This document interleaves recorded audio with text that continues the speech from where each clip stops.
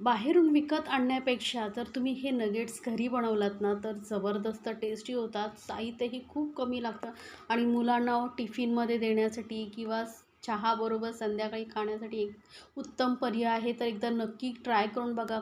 खरंच जबरदस्त टेस्टी लागतं. बाहेरून विकत आणणं खूप महागडंही पडतं आणि टेस्टीही एवढं लागत नाही. त्यापेक्षा घरी बनवलात ना तर जबरदस्त टेस्टी होतं. त्यासाठी साहित्य काय लागणार आहे बघा. तर आपल्याला इथे लागणार आहेत बटाटे. तर हे ना माझ्याकडे मोठ्या आकाराचे बटाटे होते, तर मी 3 बटाटे घेतलेले आहेत. सालं काढून घ्यायचे. आता याच्या आपल्याला छोट्या फोड्या करून अशा घ्यायच्या आहेत आणि धुवून घेतले. त्यानंतर यामध्ये पाणी घालून आपण हे उकळत ठेवणार आहोत.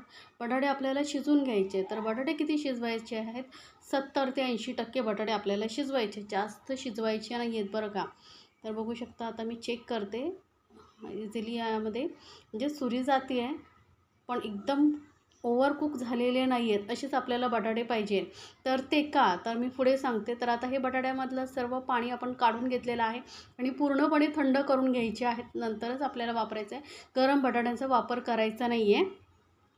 तर फॅनखाली मी बटाटे थंड करून घेतलेले आहेत. आता हे बटाटे आपल्याला कुस्करून घ्यायचे आहेत.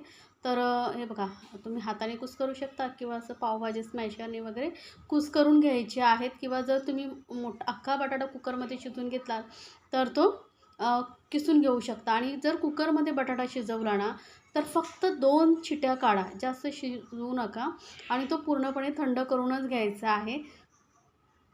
आता हा बटाटा आपला चांगला स्मॅश करून झालेला आहे, बघू शकता. चांगला पूर्ण यामध्ये गुठळा वगैरे न राहता असं स्मॅश करून घ्यायचं आहे. तर ह्याला बघू शकता बघा, अजिबात हाताला असं ना चिकट लागत नाही आहे. मस्त एकदम सुखं सुखं असं वाटतं. असंच आपल्याला हे मिश्रण बटाट्याचं पाहिजे. आता यामध्ये घालते मी काळी मिरी पावडर, थोडीशी अर्धा चमचा एवढी काळी मिरी पावडर घालते. त्यानंतर ना 1 चमचा इथे मी ऑरेगानो घालते. मिक्स हर्ब्स, पिझ्झा मिक्स जे तुमच्याकडे असेल ना ते घाला, मस्त टेस्ट येते. आता यामध्ये ना आपण हिरवी मिरची न वापरता चिली फ्लेक्स वापरतो आहे. म्हणजे काय होतं, व्यवस्थित मिक्स होतं. किंवा तुम्ही हिरवी मिरचीही घालू शकता. काय होतं, लहान मुलं खाताना दाताखाली येऊ शकतात, त्यामुळे मी ते चिली फ्लेक्स वापरले. आता चवीनुसार घालूया मीठ आणि मुलांचं आवडतं म्हणजे चीज. तर इथे ना मी 1 चीज क्यूब यामध्ये किसून घालते. आता चीजचं प्रमाण ना तुम्ही तुमच्या आवडीनुसार कमी जास्त करू शकता. तर मुलांना तुमच्या जास्त चीजी आवडत असेल तर इथे जास्त चीज घातलं तरी चालतं. 1 क्यूब मी इथे किसून घालते. चीजमुळे ना हे स्नॅक्स खरंच खूप छान लागतं. तर आता हा चीज किसून झाल्यानंतर यामध्ये ना आपल्याला आता बाइंडिंगसाठी घालायचं आहे कॉर्नफ्लोअर. तर 2 चमचे मी कॉर्नफ्लोअर घालते. कॉर्नफ्लोअर जास्त वापरायचं नाही. काय होतं माहिती आहे, नाही तर खाताना ना असं पीठ जास्त लागेल. त्यामुळे यामध्ये अजून मी 2 चमचे घालणार आहे ब्रेड क्रम्स. असं दोन्ही कॉम्बिनेशन घातलात ना की नगेट्स खूप टेस्टी होतात. आता ब्रेड क्रम्स आपल्याला समजा असं वाटलं मिक्स करताना हाताला ओलसर लागतं, तर 1 चमचा अजून तुम्ही घालू शकता, पण जास्तही घालायचं नाही. आणि हलक्या हाताने छान असं आपण याला मिक्स करून घेऊया. तर बघू शकता, हाताला जेव्हा तुम्हाला असं वाटेल की हे कोरडं थोडं लागतं आहे, तेव्हाच आपण हे करायचं.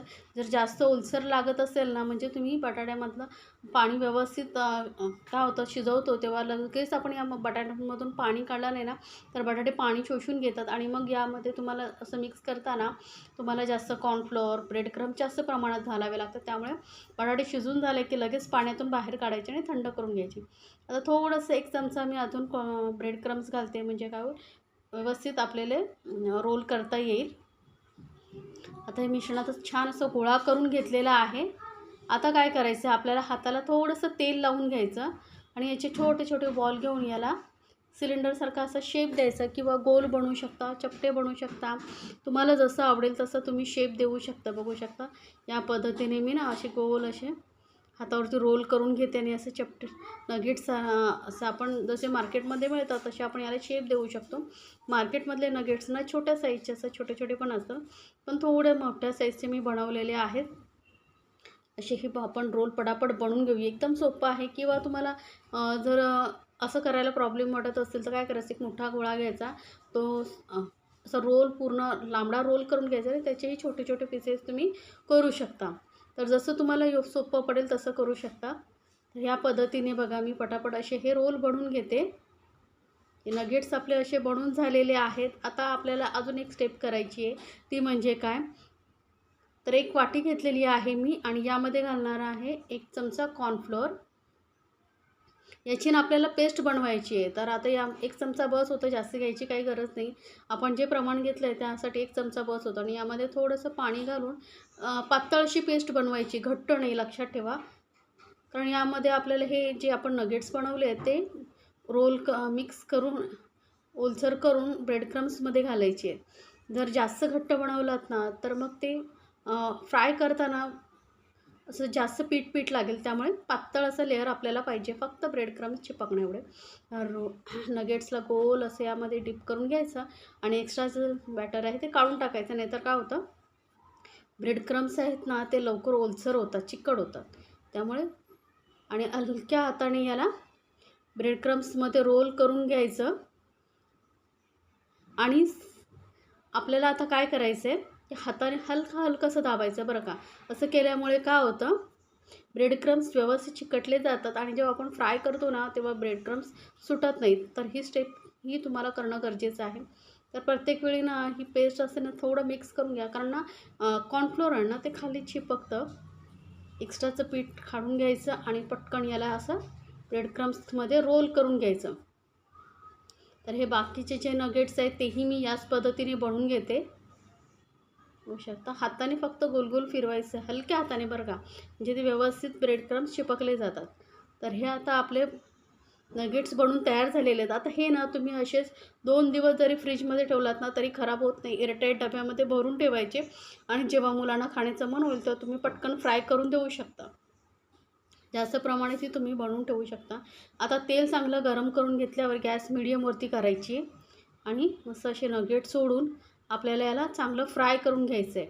तर आता काय करायचं आहे, जोपर्यंत एक साईडने व्यवस्थित फ्राय होत नाही ना तोपर्यंत आपण याला अजिबात टच करायचं नाही. कारण यामध्ये कसं बटाट्याचं प्रमाण जास्त आहे ना, तर ते तेलामध्ये सुटू शकतं. त्यामुळे व्यवस्थित यांना तेलामध्ये सेट होऊ द्या आणि नंतरच आपण याला अलगद आपण पलटून दुसऱ्या साईडने असं म्हणजे गोल फिरवत आपण यांना फ्राय करून घेऊया.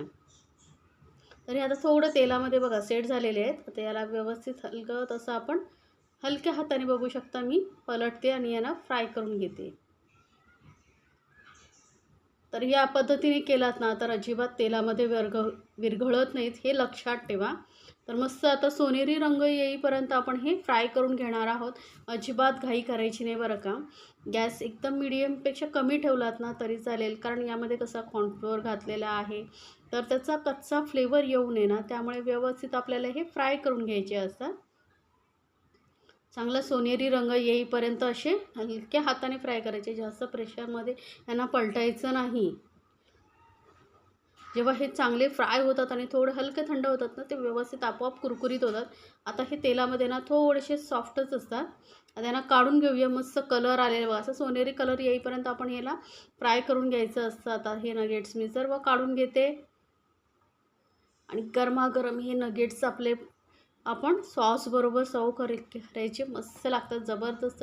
तुम्ही एकदा मुलांना बनवून दिलात ना ते नेहमी बनवण्याची फरमाईश करतील. बाहेरून विकत आणण्यापेक्षा घरी मस्त होतात, बाहेरून कुरकुरीत आणि आतून असे सॉफ्ट असे आपले हे नगेट्स तयार झालेले आहेत. खरंच एकदा बनवा आणि मला सांगायला विसरू नका बरं का तुम्हाला ही रेसिपी कशी वाटली. आणि अशा छान रेसिपीसाठी आपल्या चॅनलला सबस्क्राईब करायलाही विसरू नका. सोबतच बेल आयकॉनवरती नक्की क्लिक करा.